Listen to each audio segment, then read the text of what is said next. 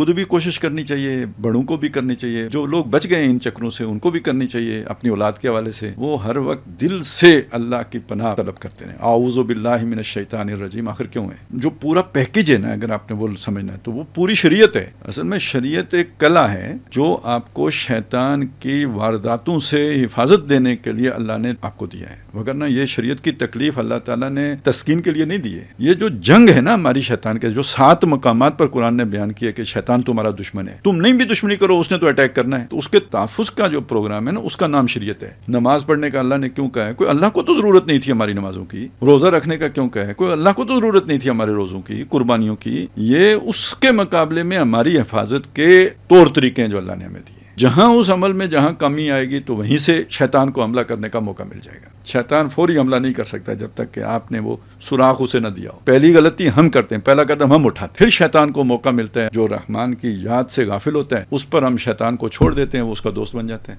یاد کو ایمان کے معنی میں لیں. ایسا ایمان جیسے برننگ فیتھ ہوتا ہے جو یقین کے معنی میں لیں، تو اس کا مطلب کیا ہوگا؟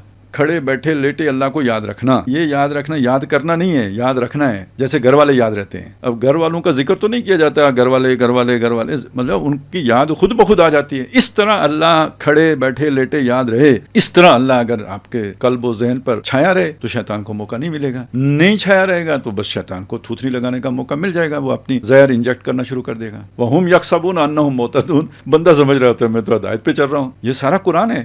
اس رخ سے لوگ قرآن پڑھتے ہی نہیں. پناہ جو ہے نا در حقیقت اس شریعت کے عمل کے اندر محصور ہونے کے نتیجے میں ملتی ہے.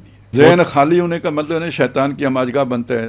تو آپ اسے جوڑیں نا، اللہ کی یاد سے خالی ہونے کا مطلب یہ ہے کہ شیطان کی ہماجگاہ بنے گا. اور شریعت کے دائرے سے نکلنے کا مطلب یہ ہے کہ شیطان کا نرم چارہ بننا. یہ سارا اسی لیے دیکھیں نا، پہلے فلمیں دیکھیں گے تو وہ رڈار پہ آ جائیں گے. وہیں سے پھر جب آپ کے اندر اشتعال جذبے کی تسکین کا ایک خاص درجے میں پیدا ہو جائے گا تو کہیں سے کوئی ٹیمپٹیشن آ جائے گی، کوئی پاپ اپ ہوگا دیکھتے دیکھتے ہی. ادھر کلک کریں گے تو آگے کوئی نئی دنیا ہوگی. یہ پھنستا یا دھنستا چلا جائے گا. تھیندے تھی ویندی یہ والی بات ہو جائے گی. شیطان پھر بہت دور لے کے جاتے ہیں نا، between the dual and the deep sea. وہاں سے واپسی ممکن نہیں ہے شیطان کی پیٹھ کے بغیر. تو پھر بندہ پکا اس کا ہو جاتا ہے.